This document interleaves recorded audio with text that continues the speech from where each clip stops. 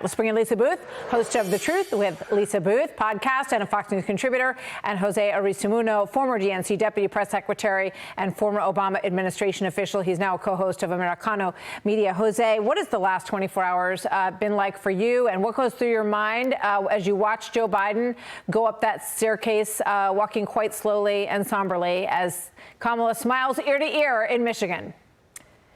Look, I got to tell you, whether you're a Republican or a Democrat, this has been a wild ride. I mean, I have never seen, this is like a political novel, right? It's insane. Look, but I can tell you, Martha, I'm optimistic. I'm very sad to see Joe Biden go. And look, I got to say, some of his biggest supporters turn his back to him very last minute, right? And that's the reason. I know Republicans might say it's the age, it's the cognitive decline. I think it's a money issue. I think his biggest friends, very last minute, betrayed him, and it's very sad to see. But look, the party's got to continue to move forward. $100 million the Democratic Party has raised in the last 24 hours. It's crazy. It is a good sign. I'm very surprised. The Democratic Party is uniting a lot faster than I thought it would. We saw Kamala Harris a little bit ago in Wisconsin, very energetic. I got to say, Republicans should be concerned with Kamala Harris. I think she's going to be a harder candidate to beat than they ever thought she would be.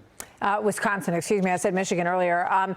So, Lisa, your response to that, I mean, I have to say, in the past 24 hours, she has looked more relaxed and confident than I've ever seen her through the course of this. And she's got a lot of wind at her back with all of these donations pouring in and the confidence of all of these delegates across the board falling in line in record time. Well, I mean, this is someone who's just been installed by billion-dollar, donors and party elites. She said on the campaign trail today, I am running a people-powered campaign. No, she's not. I mean, that's one of the biggest lies we have ever been told by a politician. We just saw a coup take place where donors and party elites came together, set Joe Biden up with an early debate, and then strong-armed him out of the race, installed a candidate with Kamala Harris, who has never earned a single vote in a primary or a caucus.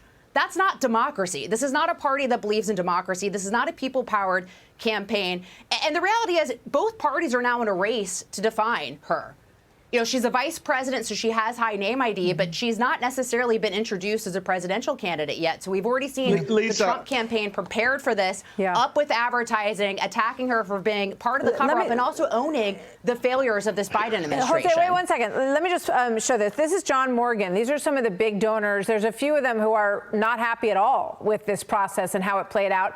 They would like to see a more democratic process. You always hear that the other side is threatening democracy. But John Morgan said this. Huge donor, I'm out. I didn't like the idea of 2 or 3 people picking a nominee. A convention may have provided a stronger candidate or made her stronger, Jose.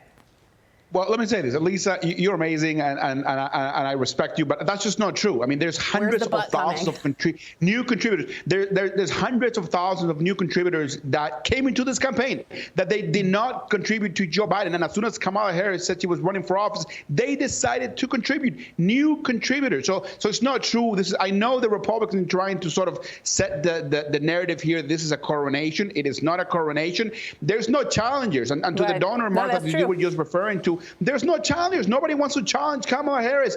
Governor of California, governor in Illinois, every single one of them have backed her up. They think she's the best choice to beat Trump. Yeah, Lisa, I mean, Jose makes some very good points there. I mean, nobody else threw their hat in the ring. Nobody wants to run against her. And if you are Kamala Harris, you're thinking, I'm the vice president. This is my role. It's probably the biggest part of being vice president. If the president drops out, you step up. Well, they forced him out of the race. They really gave him no option, and the Democrat voters have not voted for Kamala Harris. But besides that, look, their issue with her is the fact, OK, she solves Joe Biden's cognitive decline issue. That was his biggest liability. We all know this. But she introduces new problems for them. She has the likability, a lack of a likability issue, inauthenticity issue that we saw with Hillary Clinton as well. She also disconnects from working voters. I mean, this is a San Francisco liberal. At one point, she was named by GovTrack as being the most liberal United States senator. So this is not someone who's going to connect with blue-collar workers, with working Americans. And then she also owns, Martha, all the failures of the Biden administration. They've been upside down on inflation. They've been upside down on the border, which she directly owns as being the border czar. So, I think initially you might see the polls tighten up, but I think once Americans get reintroduced to her, it's going to create a couple of weeks before we get a real sense of these polls between these two. In many ways, it's more reminiscent of the Hillary Clinton-Trump race than it is of the Biden-Trump race. But President Trump was just asked this by our own Bill Maloogian, a question in a quick press avail. Listen to this audio.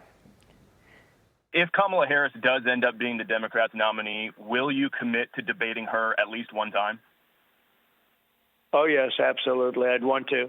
I think it's important. I'm not thrilled about ABC because they're truly fake news. I watched last night. They're actually trying to make a hero out of Joe Biden when he was the worst president in history. Jose, do you feel the same way? Very enthusiastic about seeing your candidate go up against Donald Trump in a debate? I cannot wait for them to debate. I think if the narrative becomes a attorney general versus a convicted criminal, it's going to be very interesting to say the least. Let me just remind folks that Donald Trump donated. He donated money to Kamala Harris's campaign for attorney general. So I think Donald Trump thinks the world of Kamala Harris. So I don't think he's very happy he will debate her in September. Well, I don't know about that. I mean, that was as a businessman. A lot of businesses donate a little bit here, a little bit there to both sides. So I don't know how much you can really take away from that. Well, but he said he could buy politicians previously, so I guess he thought she could be purchased. We would all love to see. We'd all love to see a debate between these two, and we'd love for it to be on Fox. I think people trust how we handle these big nights, and we'd be more than happy to do that. So we'll look forward to that if that ends up being the case. Jose and Lisa, thank you both. Thank you. Click here to subscribe to the Fox News YouTube page to catch our hottest interviews and most compelling analysis. You won't get it anywhere else.